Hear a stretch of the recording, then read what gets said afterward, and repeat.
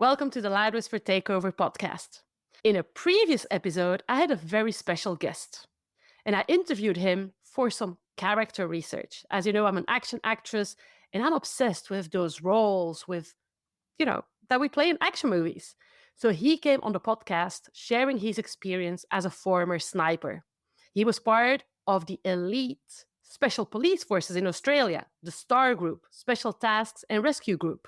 From counter-terrorism to hostage, siege situations, high-risk arrests, VIP security, cliff and cave rescues, helicopter operations, riot control, he did it all. He got shot 14 times and survived being attacked by a military weapon. Last time, he shared a lot of his experience of working in those high-risk environments. Later on, he founded his own business because obviously he gathered a lot of big life lessons along the way. His business is called Human Durability. And what better way than to talk about how we as artists can stay long-term in the industry? Because let's be honest, as freelancers, artists, dancers, theater makers, filmmakers, stunts, we work project by project. Very often, there's momentum we're building and then we're back to square one. Burnout is real in our industry. So I can't wait to go in depth in this topic. Please welcome back for a second episode, Derrick McManus. Hi, Derrick. How are you doing? So good to be back. You said that you enjoyed the first episode a lot. So did I.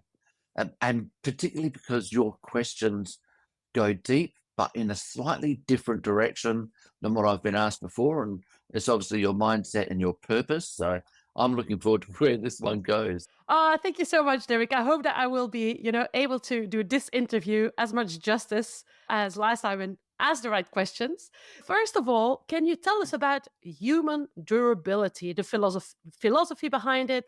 So human durability has been born out of my experience of being shot 14 times. And it started because 5 years prior to the shooting, I sat down and I had a conversation with my ex-wife now, but my wife at the time. We had a conversation.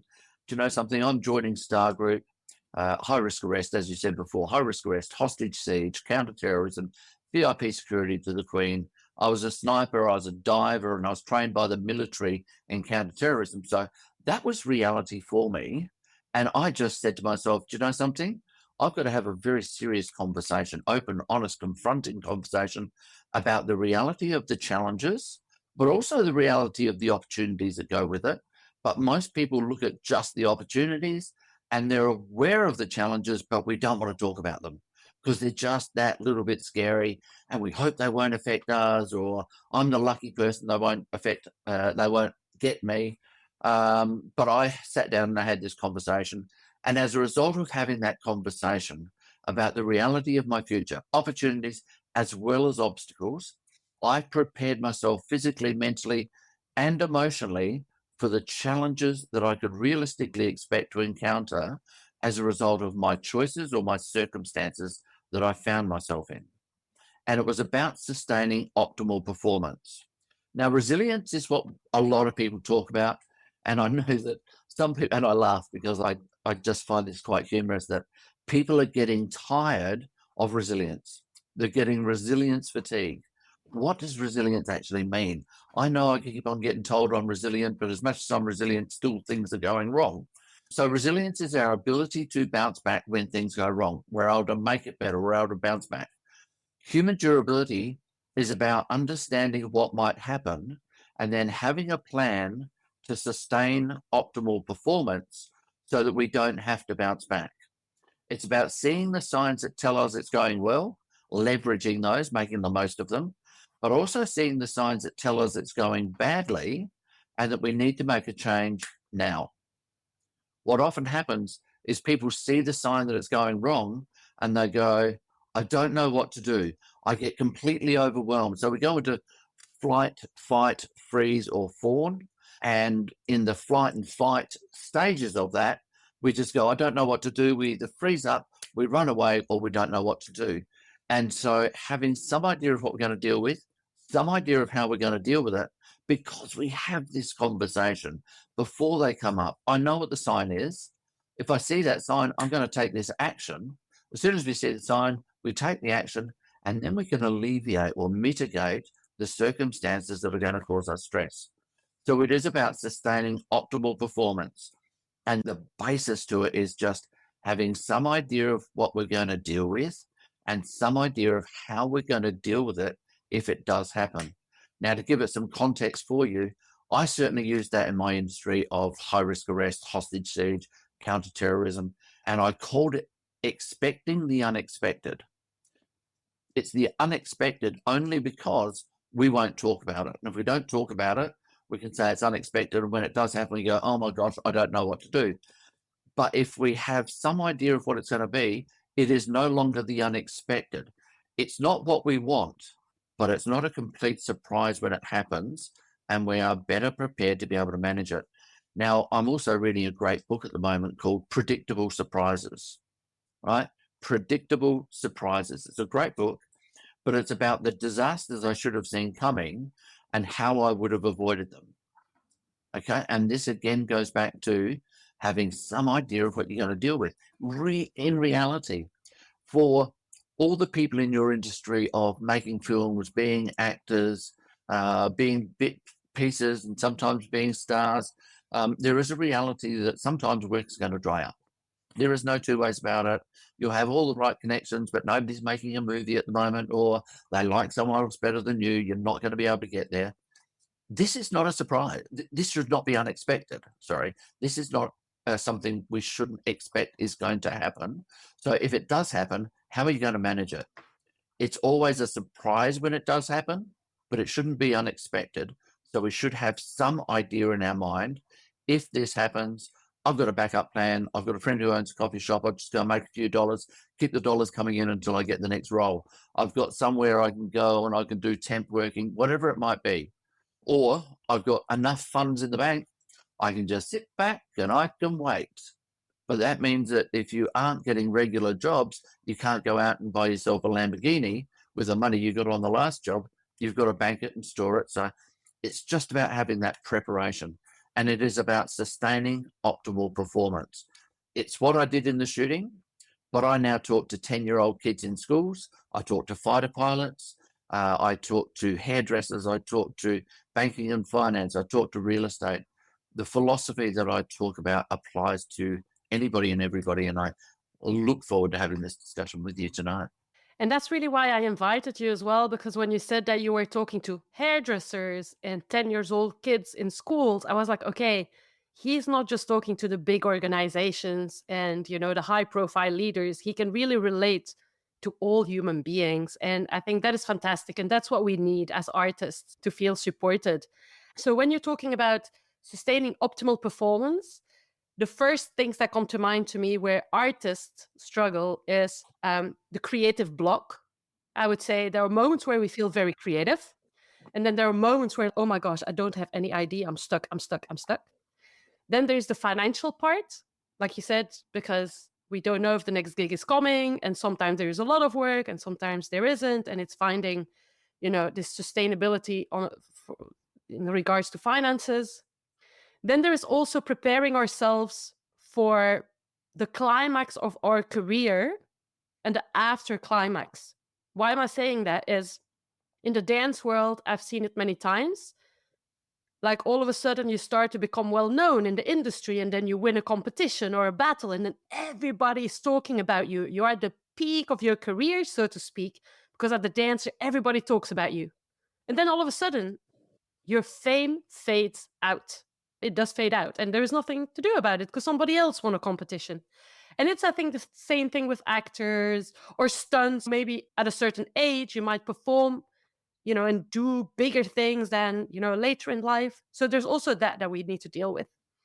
That's what I wanted to put in context as well when people are listening to all the wisdom you're going to share.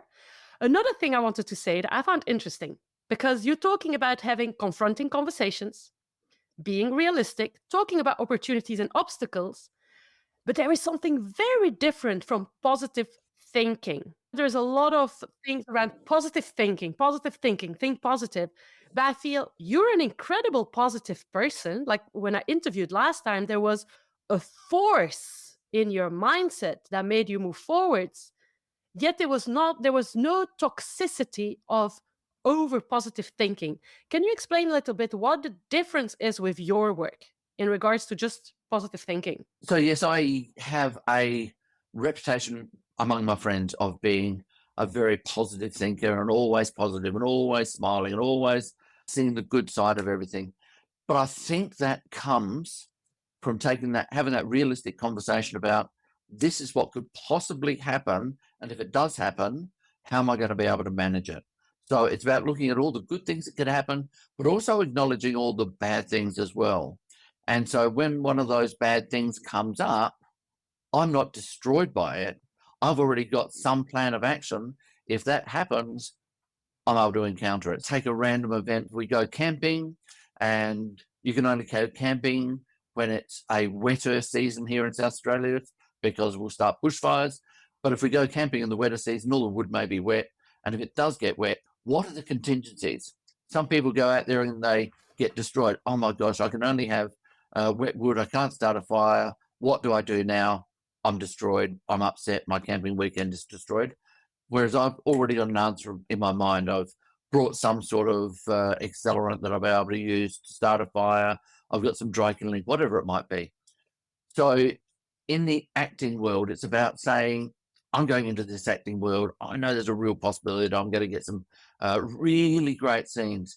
And it may not be that you're missing out on work, but you're only getting the smaller roles. You're not getting the star roles or the intermediate roles. You're only getting the smaller roles.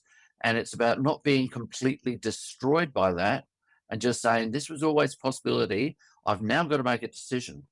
Do I want to stay in this industry and keep on accepting those small roles until I can prove myself, until somebody notices me, and then I start getting the larger roles? Or do I make a decision and go, no, this is not for me. I'm not getting what I want. I need to go find somewhere else to find myself. It's always going to be disappointing if you have to get out or you're not getting the roles you want, but it shouldn't be unexpected, because in all the history of making movies, there's always been those people who only get little roles. They never get the scene. I mean, Los Angeles is renowned for being the city of broken hearts because people don't make it in the acting industry. So if it's happening to other people, we need to be able to have that realistic, open, honest, confronting conversation with ourselves. It may not happen for me. And the more we anticipate that, the less we're going to be destroyed. Now, not being destroyed, and I think I'm repeating myself a little bit here, but it doesn't mean we're not going to be disappointed. It doesn't mean we're not allowed to have tears about it. That's reality. We do get disappointed, but it's about instantly turning that around and going, okay, I'm going to make the best of whatever else it is, or I'm just going to enjoy what I can and make the most of it. And I'll give you a little bit of an insight. I play small roles in some movies as well. I've been on the ABC TV. I've done a couple of major commercials, and I've had intermediate roles, and I've had one role in a commercial where there was only two of us, a husband and a wife. So I had the lead male role because there was only one of us. So I've done a little bit. So I've got a little bit of an insight into the industry. Oh, so here we know a little bit of a secret that we didn't know about you before. There is still something that I want to unpack though, because you are able to look at the bad things in life, like the things that could be disappointing. Like, for example, you had that conversation with your wife. Hey, I could get shot. I could get in a wheelchair for the rest of my life. I could get really badly injured. But there is something, so I make the parallel, right, with artists. Our anxiety would be, I never make it in the industry, but our anxiety could also be, I'm going to stay poor for the rest of my life, or I'm going to be financially unstable, or there could be depression associated to, well, I feel I'm on earth. My purpose on earth is to creatively express myself, and I might not fully fulfill my potential before I die here, like these are the kind of anxieties or things that could hit us really hard. But you somehow were able to look at these things. I'm not saying that you were not affected by it. Emotions touched you, like you said, but you were able not to go spiraling down, associating a story to it and making your whole life dependent on it. and you remained very grounded. And you remained very passionate about, you still going in, like in those houses, arresting the bad guys, even if though they attacked you with military weapons, knowing that it was a life or death kind of situation. What is it, in your mind that made you still so grounded, live passionately what you were doing, yet look at the things and not spiral down? Because I think that's what artists, we're so passionate human beings, we do spiral down from time to time, or we attach our self-worth to it. Yep. So I think, again, this goes back to the conversation I had with myself. As much as I had a conversation with my wife 5 years before the shooting, I then had to have a conversation with myself. And I've put this model of conversation into a circular model, which I call the human durability model. And this is about having that conversation. These are the opportunities. These are the challenges. These are the resources that I have to manage it. And these are the gaps that I have in the resources. And these are the trigger points that tell me it's going well, or these are the trigger points that tell me it's going badly. And then we go into a planning phase as a result of those trigger points. And then we go through some other phases as well. The point of the model is that there are two levels of comfort that come out of this model. The first level of comfort is, yes, I know what my vision is. I know what the opportunities are. I know what the obstacles are. I know what the resources are. I know what the gaps are, blah, blah, blah. I can cover all of that. I know exactly what's happening in my life. I know what resources I have. I know what my emotional control is like. Even if the worst thing happens, I can handle it. I can keep on going. I can manage. I'll survive. And that changes your mindset, that even if the worst happens, it doesn't matter. So now you can make bold, positive, outward decisions and take action that other people go, how can you do that? Because I'm very comfortable. If the worst happens, I can handle it. The other level of comfort that comes out of it is, I don't know whether I can handle those obstacles. I don't know whether I have the resources. I know that I've got big gaps and I don't know whether I can fill them. If that does happen, it will destroy me emotionally. I won't be able to face my friends. I won't have the finances to survive it. And if you get to the point where you start getting overwhelmed, oh my gosh, I don't know what I can do. I don't know whether I can handle that. You need to make a different decision. You need to take a different action. Now, that doesn't mean that you step out of the industry completely. It may just mean you take a little bit more time building up your resources. You build up your support system behind you. You build up your acting ability. You build up your financial resources so that if the worst thing happens, you have the ability to manage it. And if you do the building up, you can come back in. Or it may just be, do you know something? That would destroy me. I don't think I'll be able to handle it. So the acting industry, the filming industry, is not the industry for me. Now, this is sometimes a challenging decision to make, but sometimes it's the best one. And a great analogy that I use on a regular basis is, I've got an accountant and I love my accountant. And there is no way in the world that my accountant could ever operate in Star Group. She does not have the nerve for it. She does not have the passion for it. She has no interest in it. It would absolutely destroy her if she was in there. But by the same token, if me from Star Group had to go and do accounting, that would destroy me. I would not enjoy that. I wouldn't have the focus, the time, the patience. I would do a terrible job. So it's not the industry for me. We've got to find that industry that we do have the passion. We have the skills. We have the abilities. We have the resources to be able to handle it. So that if the worst happens, our passion will carry us through. But we've also got to know we have those extra resources as well. So there's two levels of comfort. One, I know that this could happen, but I'll be able to handle it. Excellent. Let's go forward. The second is, actually, it would destroy me. I don't think I'll be able to manage it. I need to take a step back. And the beauty about going through the model and doing the planning is, when you go to that level, you can actually say, I'm not going to do this for this reason, this reason, this reason, this reason, rather than just going, oh, I'm not sure. It doesn't feel right. I don't know. You're able to articulate the reasons, and articulating the reasons makes you feel good about yourself because you know exactly what it is, but it also lets other people help understand you. Now, if it means that you're going to go away and do some training and then come back, you're able to articulate and say, no, I'm not ready yet.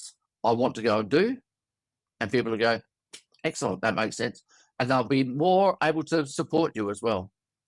But it's those two levels of comfort that really come out of it. And I had that level of comfort for the industry that I was in, and I wanted to go back in there. I also had conversations with my family. If I get shot, I want to go back into that industry.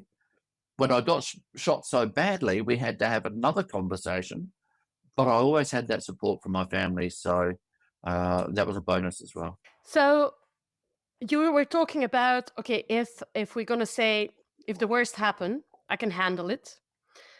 You've been able to feel at ease with that sentence. If the worst happen, I can handle it, and kind of sit with the how am I gonna do it? But how do we train for it? For example, in our last episode, I was sharing about my Krav Maga training. In Krav Maga, we do drills, like it's self-defense, we fight, we do sparring, and we cannot give up.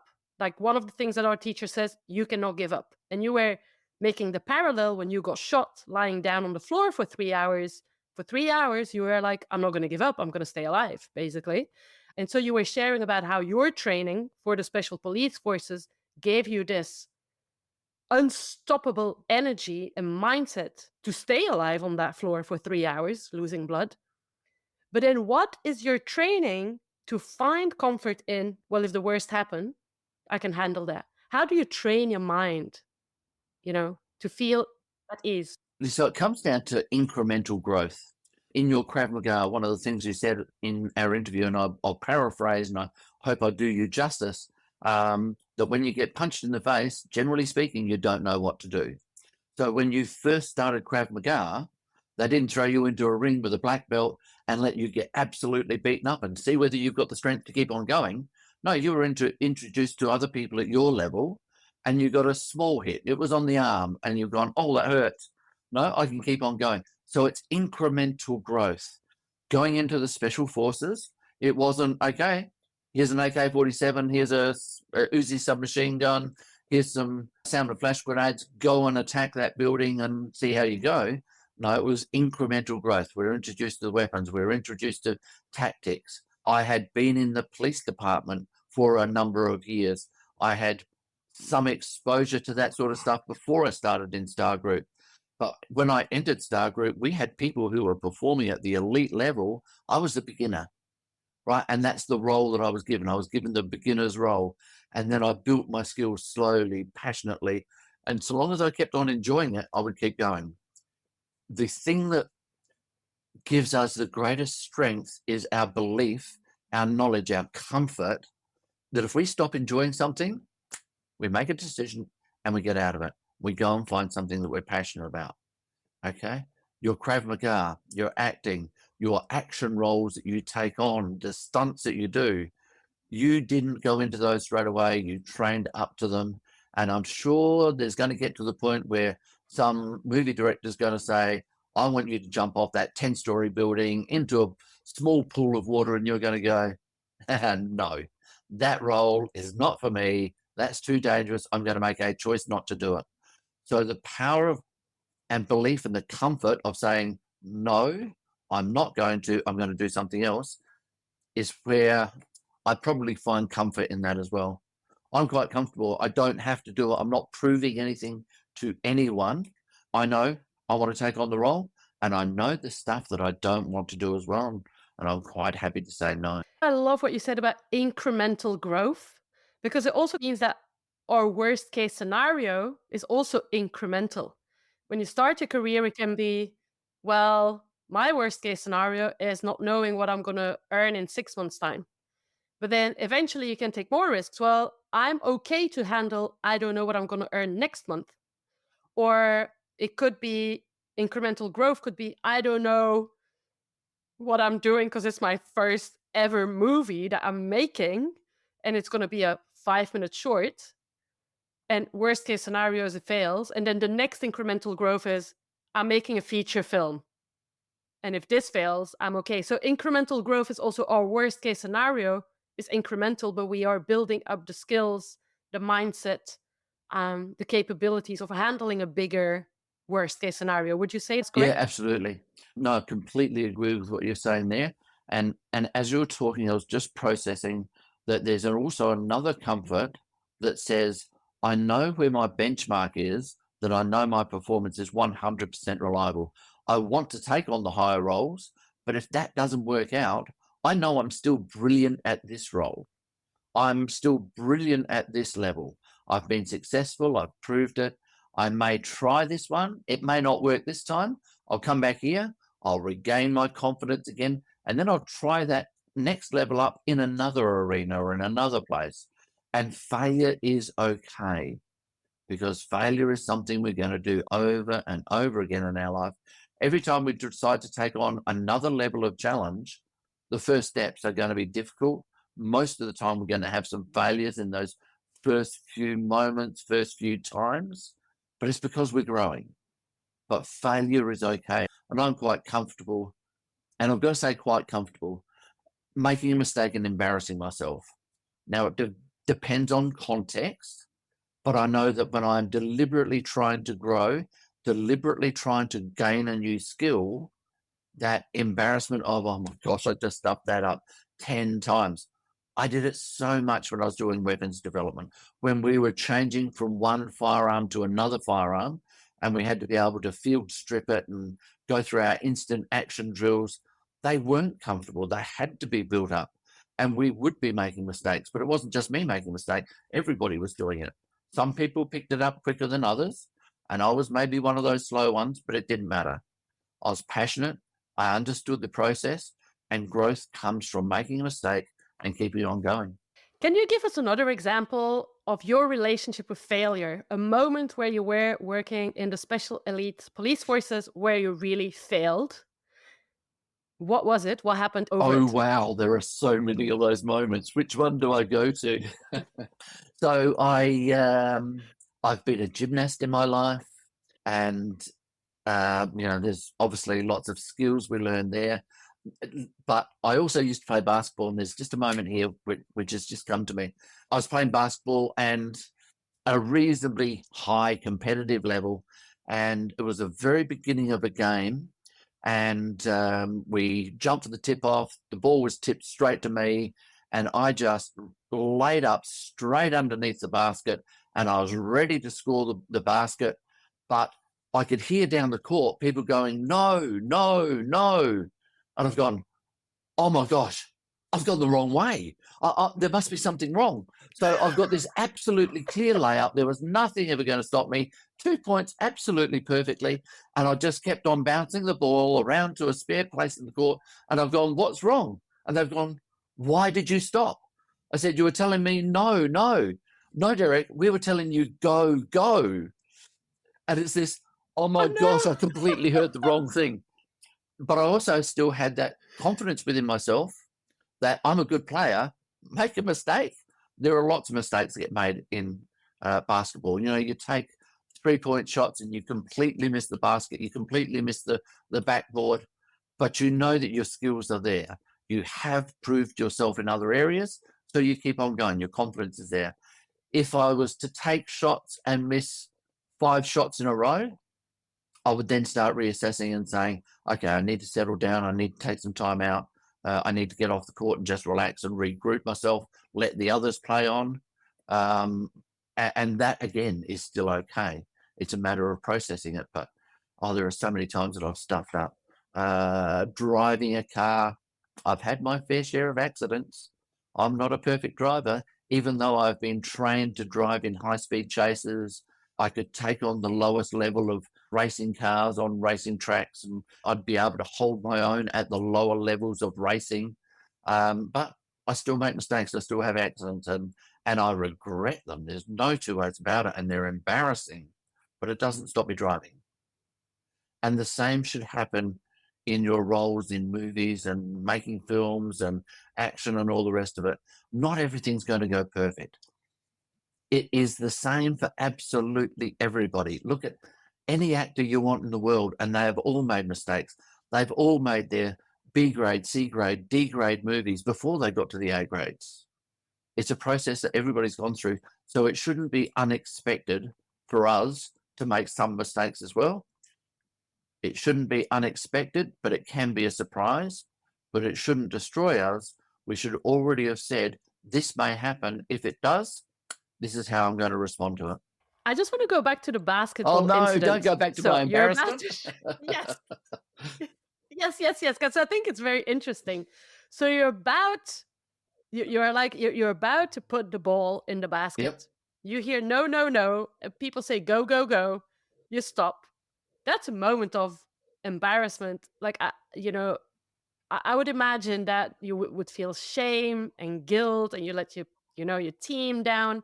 Now you're saying at that time, if this incident had to happen several times, you would have reassessed yourself, and basically you would have said, okay, there's a pattern here. Let's sit down. There's a pattern, and I need to address the pattern. But this was a one moment thing. Now, a lot of people in this one moment thing could make a decision about themselves. I'm not worth it. They would like just shiver going back on the court. What is it that, thinking about it, that maybe now exists in your model of analyzing? What happened in your mind that you were like, well, I'm not going to make a big deal out of it, and keep going? Because everybody doesn't do that. So what you're talking about now is mindset. What was my mindset? How did I control my mind? How did I control my emotions? And I have a 4-phase mindset of human durability. It's a 4-phase mantra that I'm able to repeat anytime, any challenge. It doesn't matter what it is. And the first one is stay strong. Physically, mentally, and emotionally, stay strong.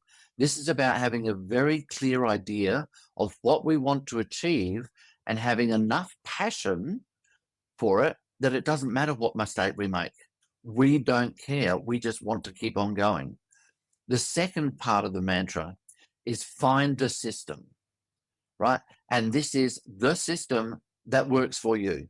It is your system. It is your way of playing.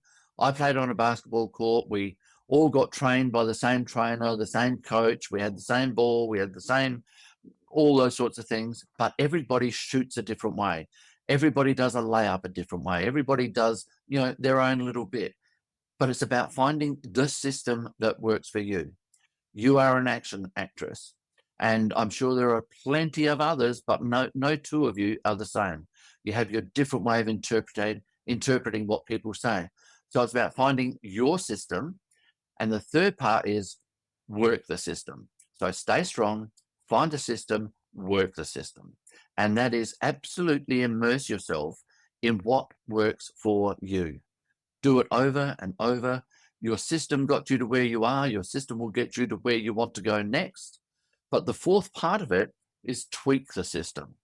If it is getting you what you want and everything is going and you're starting to grow, tweak the system. Leverage what you're doing and doing well and do more of that.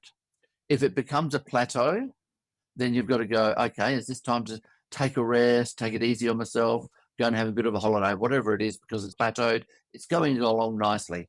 But if it's in decline, we don't need to throw the system out. We just need to tweak it. Okay. And this is something that I now repeat in my mind over and over and over. Stay strong, find the system, work the system, tweak the system.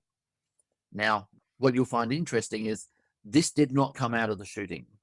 This did not come out of Star Group. This came out of cycling. Okay. And I've give you some context. I love cycling. I rode from Adelaide to Melbourne, which is 800 kilometers.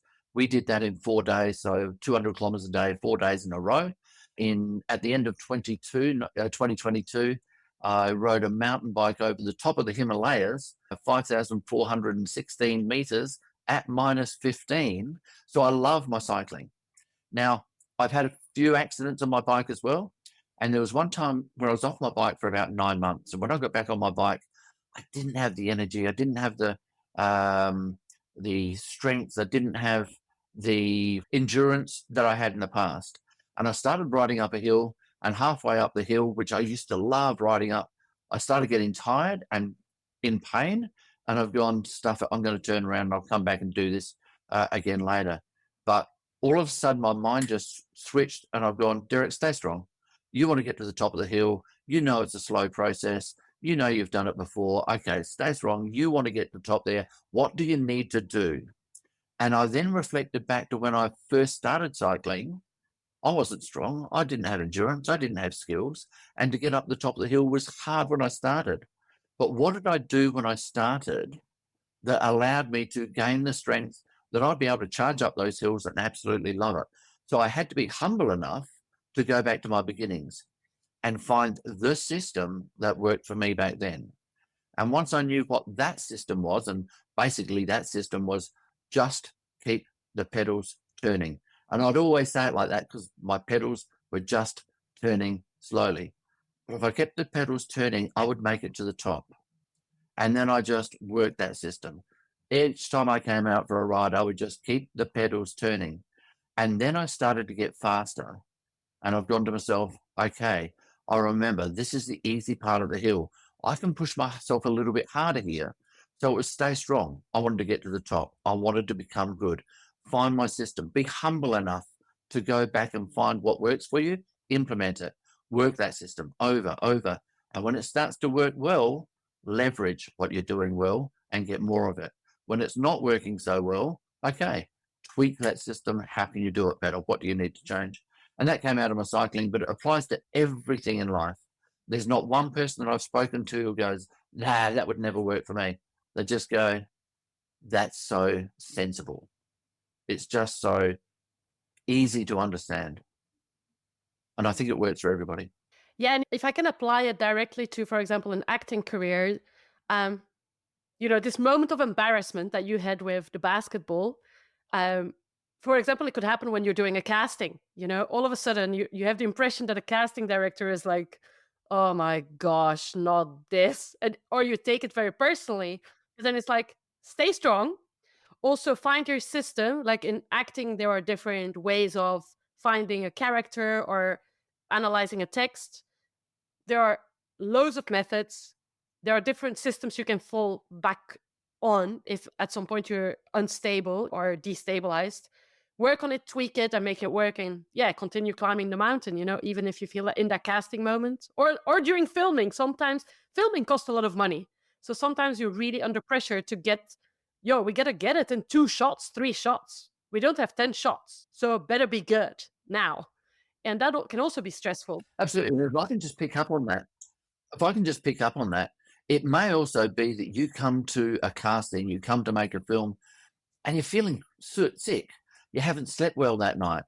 Okay. And so you have to stay strong. I want to make this movie. Let me think. What is it that I can do that I know I don't have to work hard, but I will be an absolute acceptable, not exemplary, I will be an acceptable actor if I keep on doing this. What is your system that works for you every time without fail? And you can just work it. And if you start to feel better, leverage it and do that a little bit more. But if it's not working for you, what is the system that does work, and find it and rework it? Because we all have different levels of passion, different levels of interest. We may have a cat that is in the veterinarians that day, so we're not able to focus. So we've just got to say, despite the challenge, where's my base level?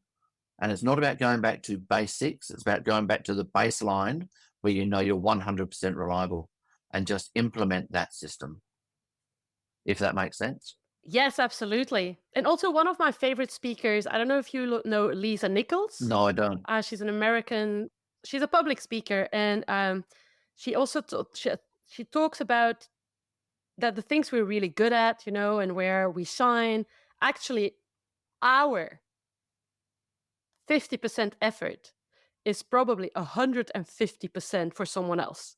And we don't realize how much, our 100% is 500% of someone else. And also acknowledge that. So when you talk about, I'm going to be an acceptable actor, in your mind, you're acceptable, but actually you might be perceived as the amazing, extraordinary actor. And we've spoken about this before, and I'll just mention it quickly here. I have 2 different models of resilience, one to get through day to day, week to week, and we'll talk about these in a moment. The second one is aspirational resilience, where we're trying to push ourselves hard. The first step of aspirational resilience is silence that inner critic that's telling you you're no good, that everybody else is better than you. And it's about challenging the inner critic. Why is it saying this? But point 4, picking up on what you were saying, point 4 says, be great at what you do best. The little inner critic is telling you you're no good, even though you're doing it well.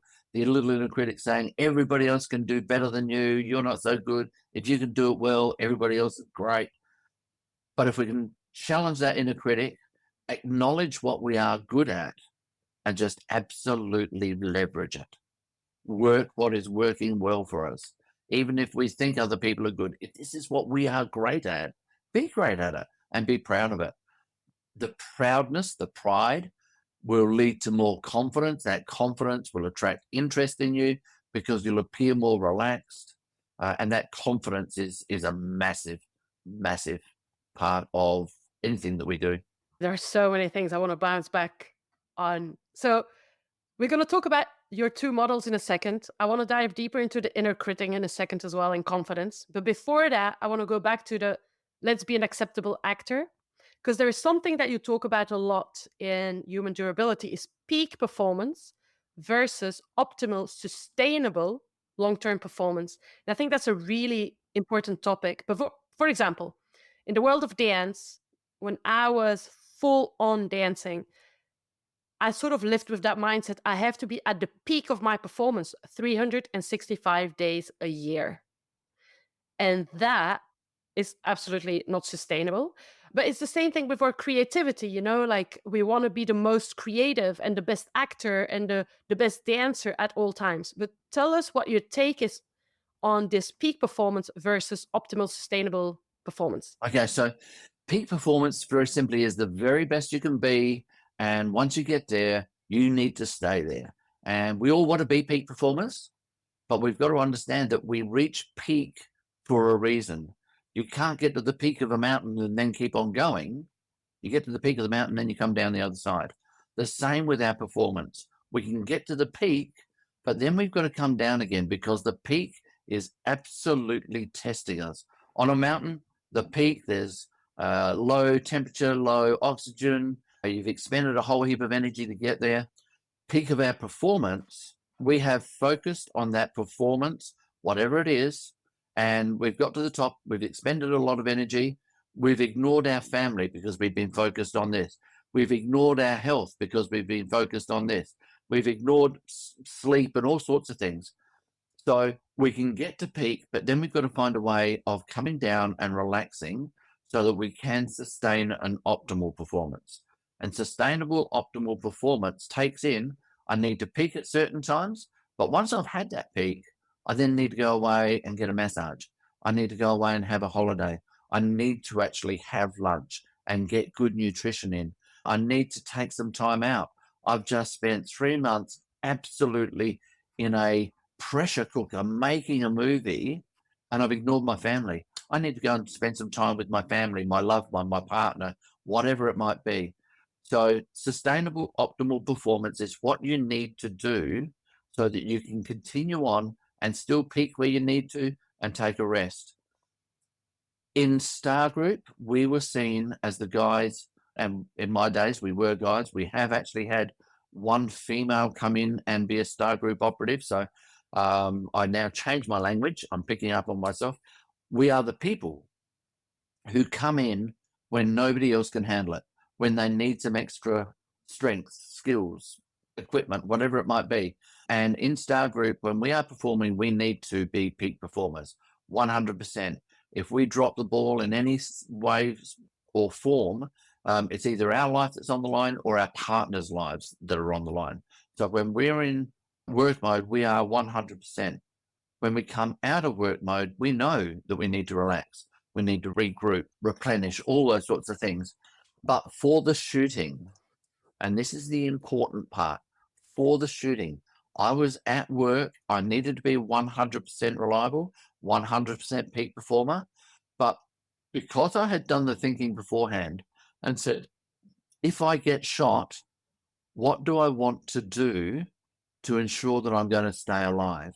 I had to accept that I wouldn't be able to be peak performer. My performance was going to have to come down here somewhere to a lower level because I had to control panic, not let panic take control of the situation. I had to control shock, not let shock control the blood flow in my body and just bleed out. To do that, I needed to slow down my heart rate and I needed to slow down my breathing. That meant that I needed to be able to relax in the midst of this adversity. I could no longer be the peak performer. If I tried to be a peak performer and still keep storming the house and trying to fight and wrestle and run and all the rest of it, I would have bled out like that and I would have died. So I had said to myself beforehand, if I get shot, what have I done in the past in situations where I've been under massive stress? What's happened to my mindset? When I've been under massive pressure, either an injury on my bike or basketball or gymnastics, when I've had those injuries, what's happened to myself and how would I like to perform better? And I had to work that all out beforehand so that if I did get shot, because I knew this was going to be a massive challenge if it did happen, what would I want to do in my mind so that I could control my body and my emotions so that I could sustain a performance where I wouldn't bleed out and I'd give myself the best chance of surviving until I could get to medical help and then start climbing again. And it really was a mindset of being, if I want to sustain optimal performance, I need to know how to take care of myself, not just physically, but in my mind as well. I just want to clarify something as well when you were in those special elite forces. So obviously you told the story last time of you being shot 14 times. So you said there was a moment of preparation, and that preparation was very mental. Then peak performance, you get into that house to arrest the bad guy, essentially. He attacks you with military weapon. You're on the floor, you're bleeding out, you stay alive. A lot has to do with mindset because even the doctors thought, okay, this is a miracle that this guy is still alive. Then it took you 2 years and a half to get back on your feet and go back to your job, essentially. So that's really 2 years and a half of giving yourself the time to get back into it. It was not 2 weeks, it was not 2 days. It's like 2 years and a half. I'm also guessing that in between operations, you were not doing a helicopter rescue on a Monday and then an anti-terrorist attack on a Tuesday and then, a cliff rescue, on a Wednesday and deep diving on a Thursday. There is time in between. I feel as artists as well, sometimes we get one job after the other. And sometimes we have no jobs at all and we are like, oh gosh, when is the next one? And then sometimes it's, okay, here we go. Go, go, go, go, go. And we don't even take the time to let it sink in and to celebrate the small wins and to prepare ourselves for the next one. What would be your top tip number one for this sort of, gig to gig? This purely goes back to the mantra: stay strong, find your system, work your system, tweak your system. That is the mindset that gets me through almost everything in my life. Now, the staying strong and the finding the system probably changes no matter what the circumstances are. I have a system for cycling. I have a system for gymnastics. I have a system for keynote speaking on an international stage. I have a system for talking to kids. We have different systems, and it's about accepting the fact that we can change and we can keep on going. But the most important one is to stay strong. And the easiest way to stay strong is be doing something that you are passionate about. If you don't have the passion, when those challenges come up, you're going to go, oh, do you know something? This is too hard. I'm just going to sit and watch Netflix until the next gig comes along. I don't know what to do. If you are absolutely passionate about something, you will just keep on wiggling and weaving and zigging and zagging and talking to people and embracing different ideas and finding some way to make it happen. It is still a struggle. You can zigzag, weave and wander and still not find anything. And it may just be an unusual opportunity that comes in and you go, didn't even see that coming. But it means if you're doing something you're passionate about, something you absolutely love, and you want to be successful, you will keep on pushing yourself. You will also find other ways of sustaining, get a job in a cafe, do some temping, in admin, whatever it might be, until you can get back to what you want to do. But it is about stay strong, find the system, work your system, and tweak it where you need to. If you're not getting the gigs you want, what do you need to do to tweak that so you can get back in front of the right people, put yourself in a position? Or just what do you do to sustain your energy as well as your finance? Now I would love to dive deeper into both of your systems. So there is a functional and an aspirational resilience model. Can we dive deep into your world? Oh, I love, and I really do. I love talking about these. For many years, I was talking about just resilience, and I feel like most people talk about resilience. If you need to be resilient, you need to be able to do X, Y, Z. And after a while, I've just gone, do you know something? It's not working for me. It doesn't seem what I'm teaching doesn't seem to apply to absolutely everything. Because people say, what in this situation? Oh, well, maybe you need to tweak it just a little bit. So I came up with two models. The first is functional resilience. The second is aspirational resilience. Functional resilience is what we need to do to get through the day to day, week to week, monotonous stuff that we need to do just to make life work. We're not always excited about it, but these are the processes. I spoke about my accountant doing my accountancy before. I hate it, but I know I need to do my books. I need to be able to do enough bookwork to get it to her. I hate doing it, but I've got a model that we need to go through so that I can do that. And then there's aspirational resilience. And aspirational resilience is what we need to do to keep our energy high so that we can keep on pushing ourselves. We can keep on going to rehearsals and screen tests and all those sorts of things, and then get that role that's going to take a demanding, passionate, energetic performance for 3 months, 6 months, 12 months, whatever the project might be, and we're able to keep ourselves going with that energy. And I'll go into what the 6 steps are in each of those in just a moment. But aspirational resilience is when we are talking about being a peak performer. This is when we are pushing ourselves all the time. And as I described before, if we stay in peak performance mode all the time, we will get to the point of being burnt out. All right. So we need to be able to push ourselves far enough that we go, I see the sign. And again, this is about knowing what the signs are that tell us it's going well or it's going badly. If we see the sign that we go, oh, this is leading to burnout. I'm not sleeping well. I'm starting to get overwhelmed. I'm not remembering my lines. I'm making some mistakes. Okay. I need to come out of aspirational and go back to functional, maybe just for 10 minutes, maybe just for a couple of days, maybe just I need to take a lunch break and I need to get my energies back up, whatever it might be. But if we stay in aspirational too long, we will go into burnout. We've got to know when to flick back to functional. But if you stay in functional too long, where you're just resting, relaxing, replenishing, you will go into rust out. So you can choose rust out or burnout. But the human durability comes from knowing how to flick from one model of resilience to the other and then back again at the appropriate time, rather than just saying, oh my gosh, everybody else is so strong, I've got to keep on going. And that, in my world of policing, this leads to either burnout, anxieties, stress, depression, and in worst case scenarios, people take their life because they feel that they cannot perform at the levels of everybody else. They just become a burden. And we do have a lot of people that don't know how to handle it, and they take their own life. And obviously it's an absolute tragedy when that happens.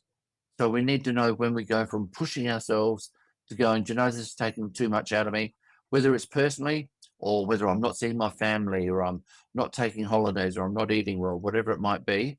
I'm going to flick back to the functional system for a while, and it's relax, rest, replenish, and then re-engage.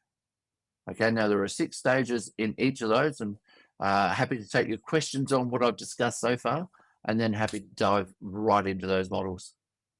Yeah, I'm going to ask 2 questions. The first question is, you said we go from aspirational to functional, from functional to aspirational resilience, because we can go into rust out or burn out. I love that, the rust out. If we rest, relax, and replenish for too long. But we do that at the appropriate time. So we go from one model to the other at the appropriate time. And that can happen after 10 minutes, or it can happen after 10 days, or it can happen even, after longer. When do we know that it's the appropriate time? Okay, so I honestly believe that we all know when the appropriate time is. Our gut tells us I should be doing something different.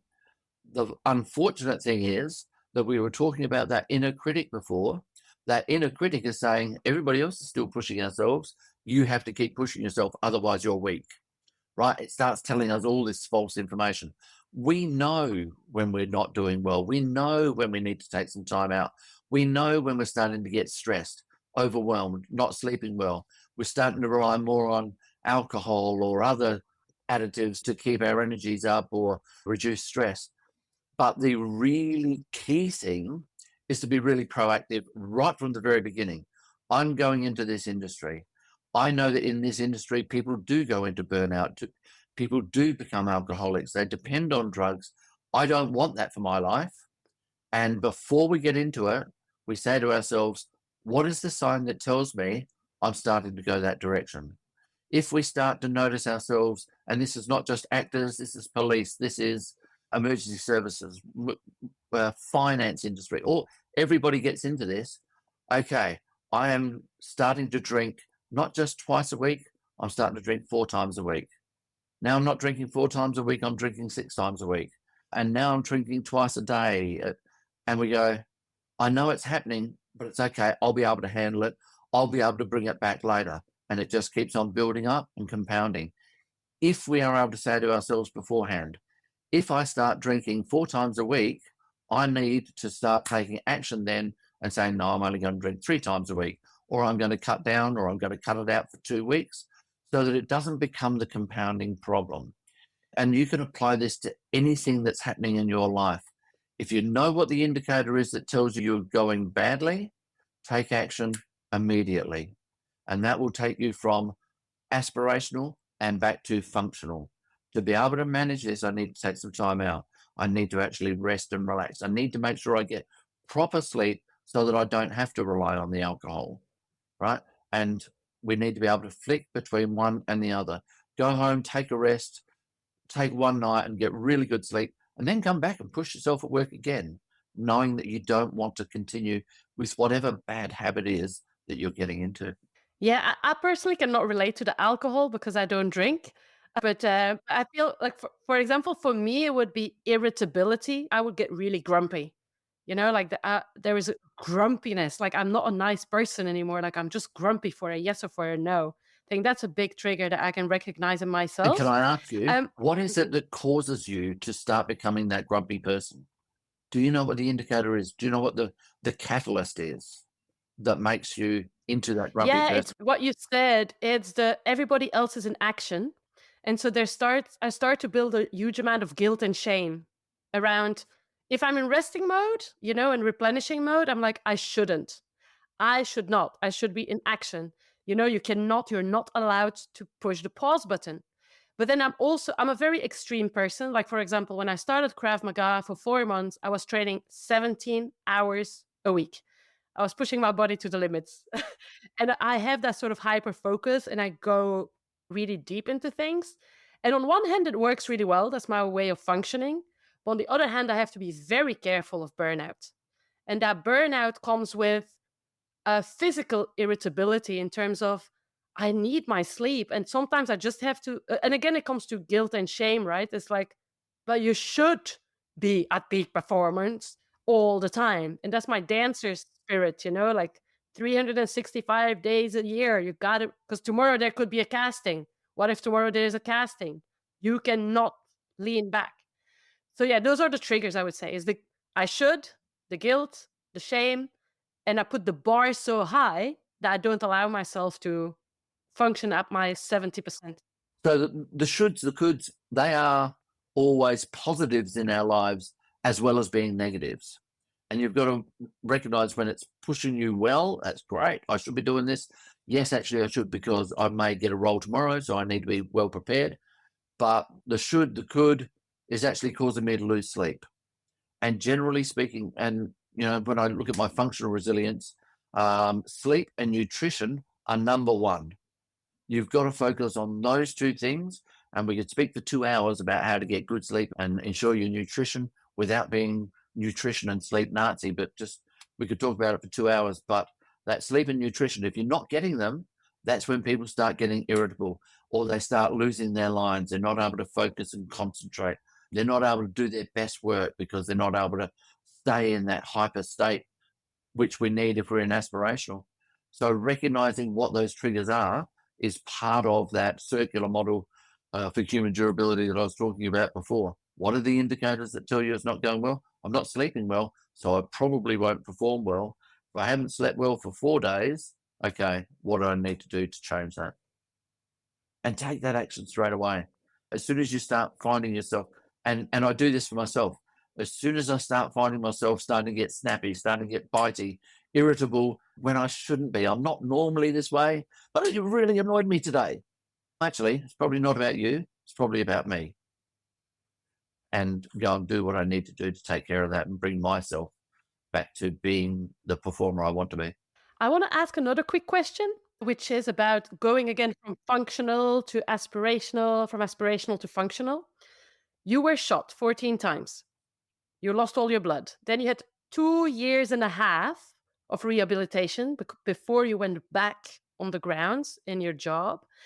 Those 2 years and a half, I know there were moments where you were able to just move a pinky finger, and that was a huge achievement because obviously you had injuries all over your body.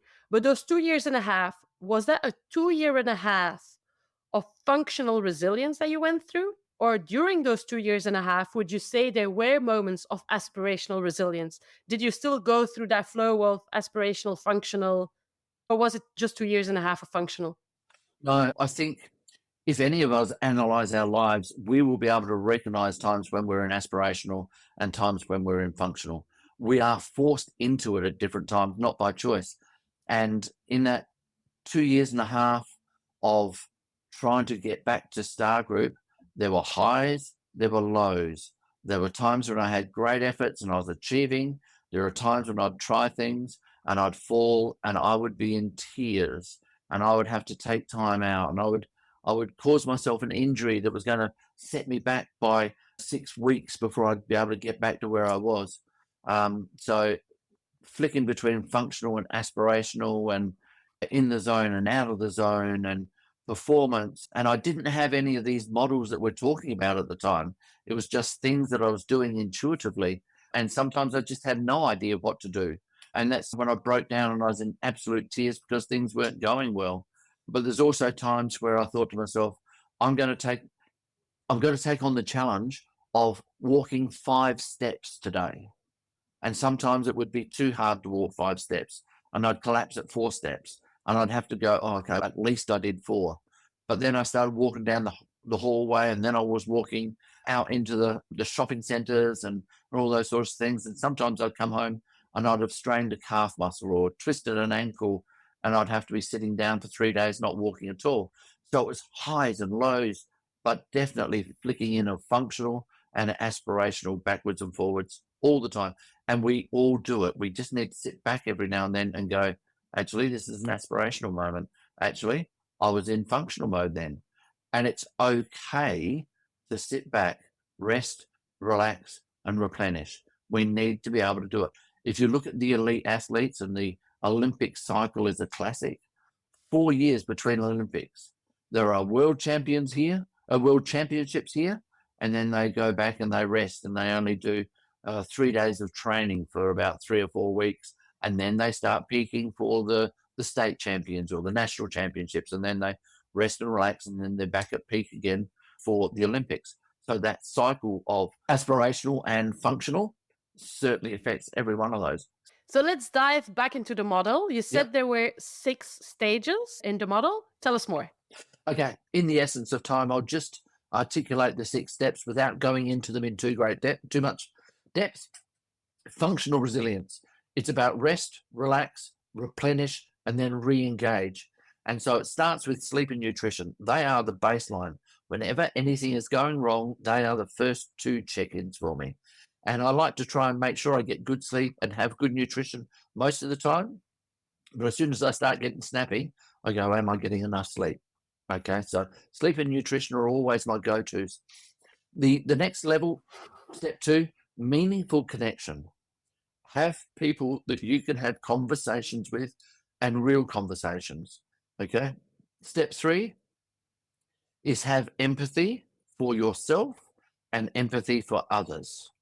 Empathy for ourselves is what you were talking about before, about, oh my gosh, my performance is only so good here. I'm not all that great, but that performance is sometimes 150 or 500% better than other people, right? We also have our bad days where we haven't slept well, where we're worried about our cat or our dog going to the vet, where something's happening with our parents or our children.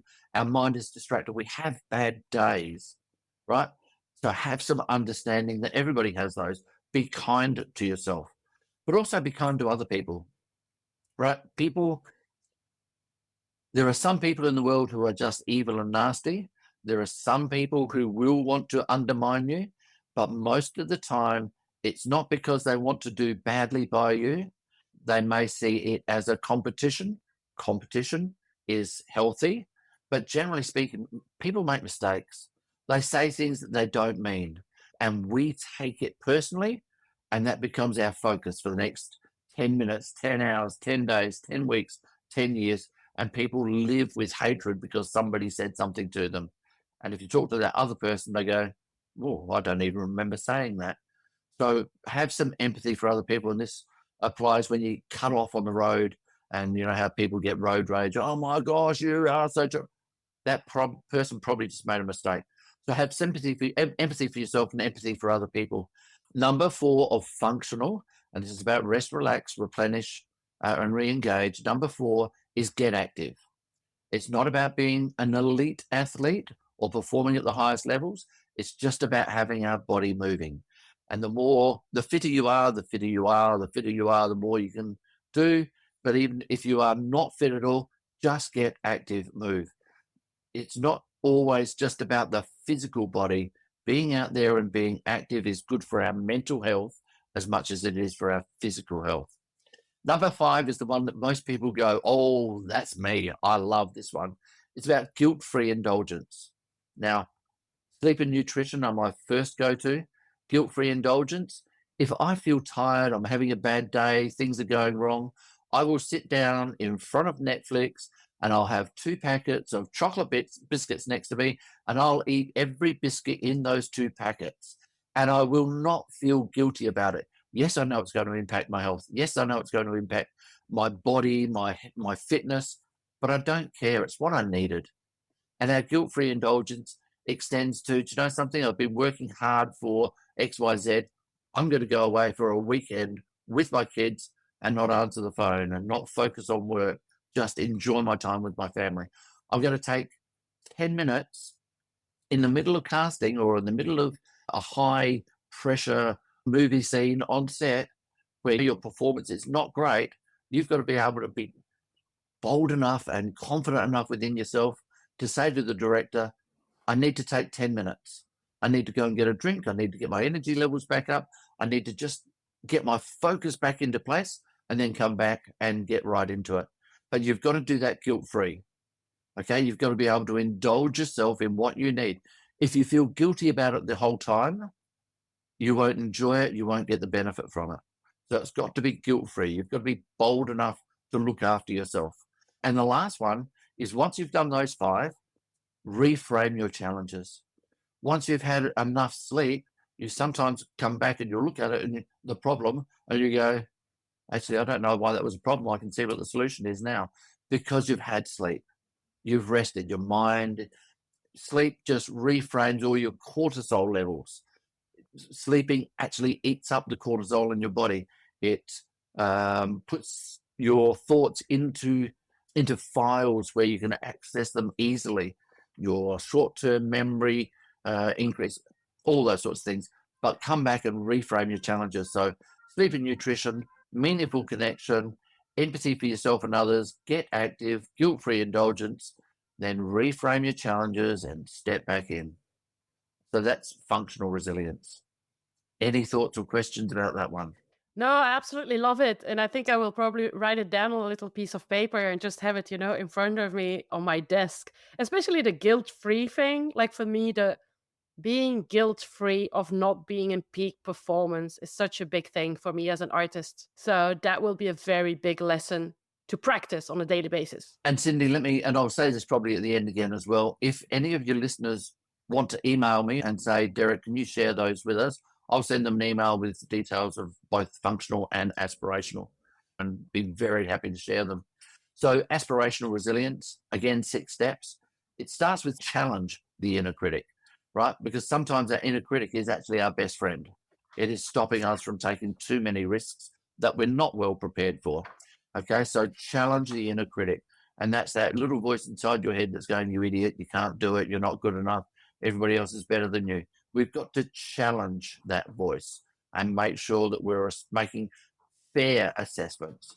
And this goes back to step 3 of being having empathy for ourselves, but challenge that inner critic. Step 2 is practice self-appreciation, right? And this is about looking at the good things you have done, the successes you have had, and being able to say to yourself, damn, I'm good.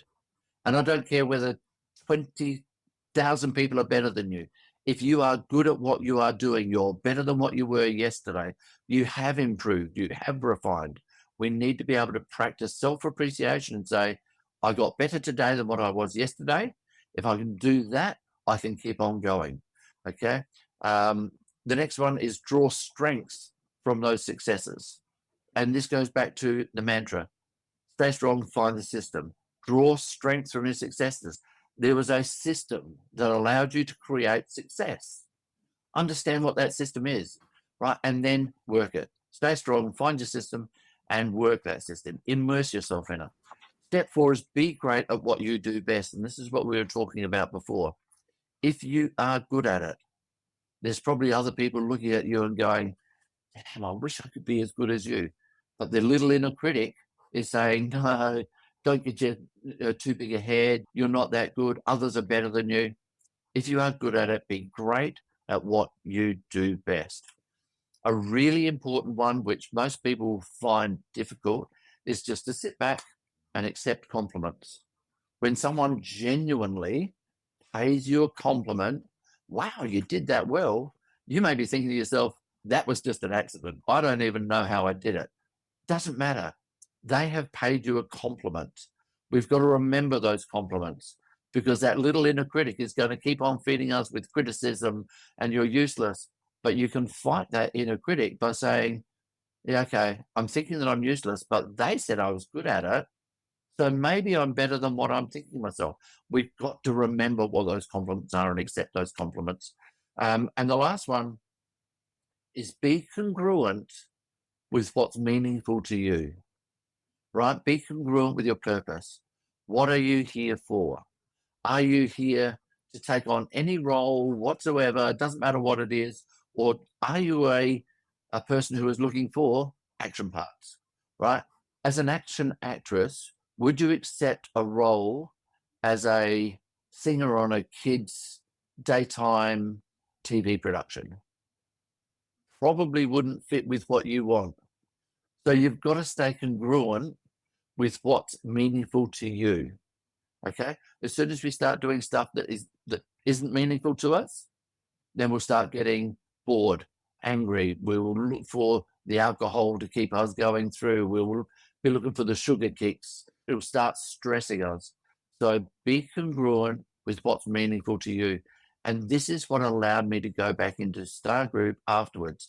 It was a passion for me. It was what was meaningful to me. But the most meaningful thing for me was being with my family and being able to interact with my kids. And so if anything interrupted my ability to do that, I would cancel it from my life. And if after the shooting, my family, my children, my wife, other people that are meaningful in my life said, Derrick, I don't think I can handle this. It's going to cause me too much stress. They were more important to me than what Star Group was. I would have found another reason to be passionate in some other place because my family was always number one. And people find that hard to believe. My gosh, you have to be so dedicated to get into special operations, special forces. But my family was always the number one. I would have gone out of special forces if it was causing me stress in my family. And I thought that was going to break us up and it wasn't going to be the direction that I wanted to go. So challenge the inner critic, practice self-appreciation, draw strength from your successes, be great at what you do best, accept genuine compliments, and be congruent with your purpose. And both of those models fit back into that mantra of stay strong, find your system, work your system, tweak your system. Our systems have to include times where we are in aspirational, and our system has to include times when we are in functional, and we need to be able to do that guilt-free, because that will give us the power to sustain an optimal performance. And I love the fact that you talked about accepting compliments, because I feel there is so much power in accepting compliments, letting it sink in. In a lot of my leadership programs for dancers and choreographers, I actually have an exercise which is we're going to compliment each other after they've been working together for 6 weeks. And they are not allowed to dismiss the compliment. The only thing they can say is thank you. They are not allowed to say, oh, yeah, but I just did it once, or they cannot dismiss it. They have just to say thank you. And it allows both sides to grow, really, because people have to start accepting and taking it in that people see potential in them. And also, you have to compliment others. So you have to also start seeing potential in everyone, not just the people that you find likable and you had a good vibe with. And no, you have to start also looking at people, through a different lens. And usually that exercise takes over and people do not want it to stop, and they cry and they hug. And This actually, what you just said, actually helps you to remain in a positive mind frame and be a positive thinker, right? We need to be able to recognize when people are doing the wrong thing or when they're not performing well. But I don't care who it is you're interacting with. There is something about that person that you're able to go, you are brilliant at that. Now, maybe a person that annoys you, in overall, but there is something about them that you can find to compliment. And when we look for the good in people, instead of always just focusing on, oh my gosh, they're bad, so they can't be doing anything right, just looking for that good allows us to start creating positivity in our mind. It's not about denying the negative or denying the bad, but it's about being able to see both sides. exactly, and seeing people in a more balanced way. The other thing I want to sort of ask you is I love that you said we don't silence our inner critic, we challenge our inner critic. So when you talk about challenging our inner critic, can you clarify a little bit? Is it having a conversation with our inner critic in terms of let's see if there is a part of truth in what you're saying, or how do you challenge your inner critic? Okay, and it is about looking at the truth of it. And I find that those next four steps, the practice self-appreciation, drawing strengths from success, being great at what we do, and accepting genuine compliments, help us to challenge the inner critic. Okay, I'm doubting this about myself, but those people have just given me compliments about it.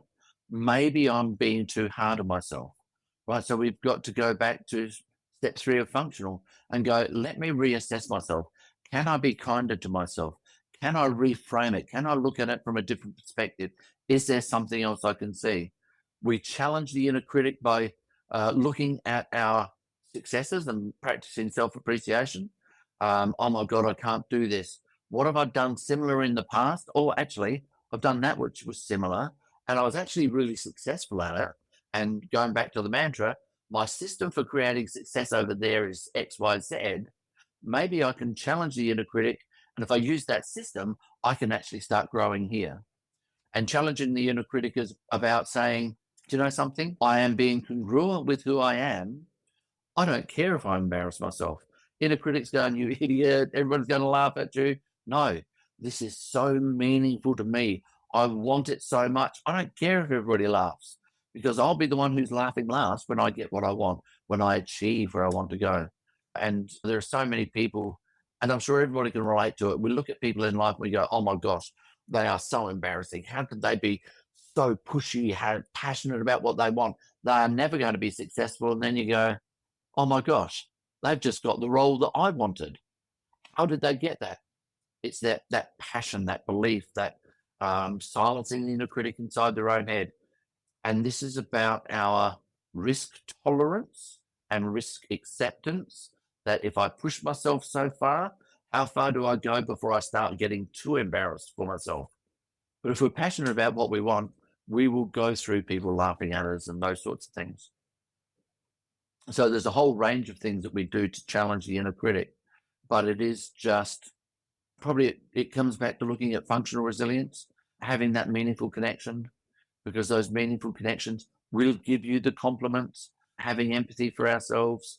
There's another thing that I like to do with people, and it's about affirmations. Um, Affirmations is something that people say, oh, if you make positive affirmations, you will find yourself being a positive person. I find them absolutely draining unless you add another step. And this comes back to the resilience models. Um, I am really good at this. I should be able to do it well. I am really good at this. I should be able to do it well. Inside your head, your little inner critic's going, I should be able to do this. No, you can't. You're an idiot. I should be able to do it. No, you've never done it well. That's what the inner critic's saying. But if you add another step of saying, I should be able to do this well because I did it the other day and I was successful, I should be able to repeat it. The inner critic's going, oh, yeah, okay, you did do it well the other day. Can you repeat it? And then you've got to start justifying. So it's about having those affirmations with reasoning behind it. So I am good because of this reason. And it's the reason that will make you believe it rather than just trying to repeat, I'm good, I'm good, I'm good.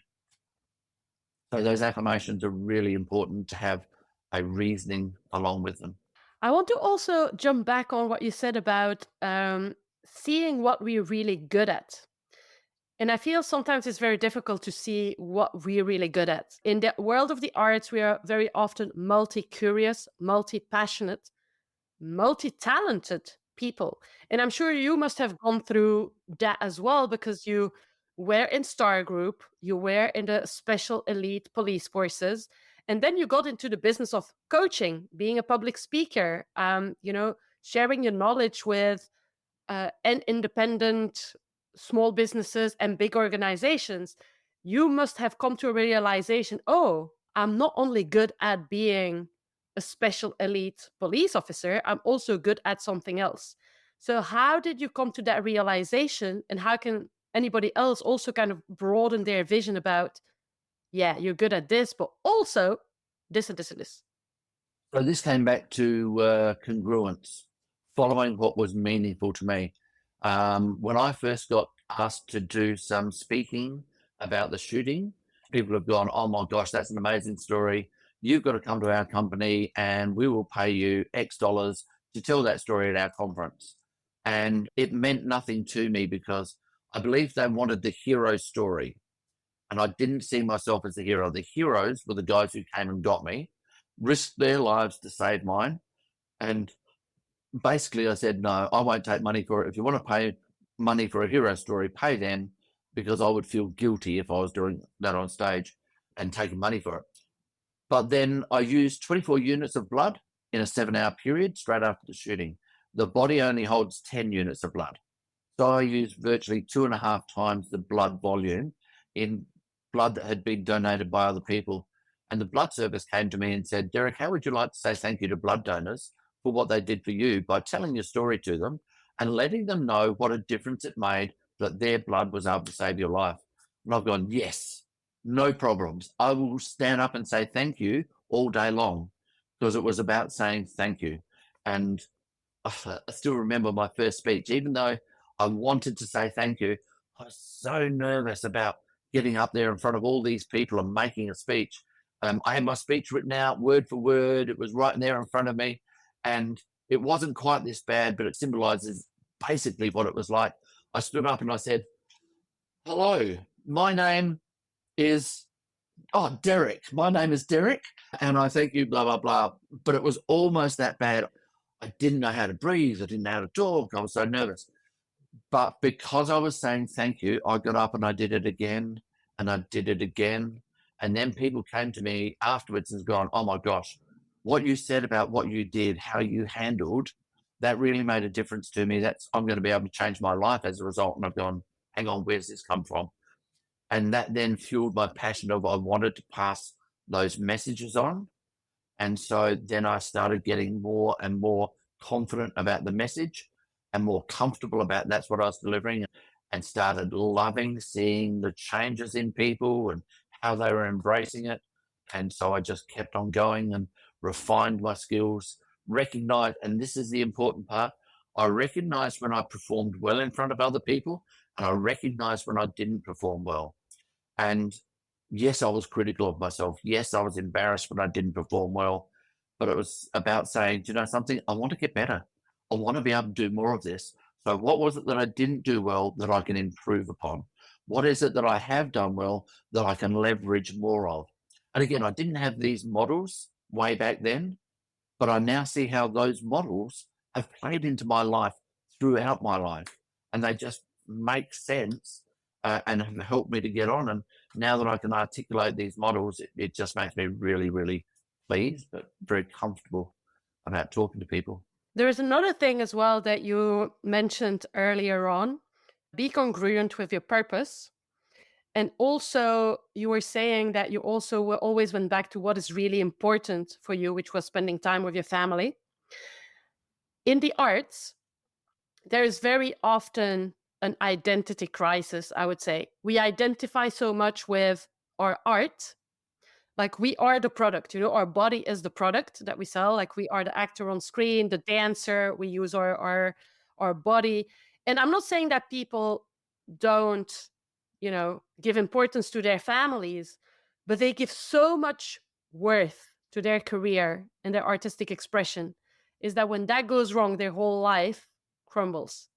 And I think that in careers as in, the special elite police forces you were a part of, because there's so much passion and dedication involved, people are dedicated to their duty. And maybe there's also a similar identity crisis, where sometimes you have to step back and say, hey, actually, there is Cindy or Derrick, the human being, and then there is this professional life that I'm leading. Have you ever gone through this sort of identity crisis at some point? Absolutely, absolutely. And I had to get my head around it. In fact, I put a post on my social medias, both Facebook and LinkedIn, and it was a reasonably lengthy one, but it started out with, "I am not my job, I am not my past." And it's looking about who we are right now and what value we are to each other, blah, blah, blah.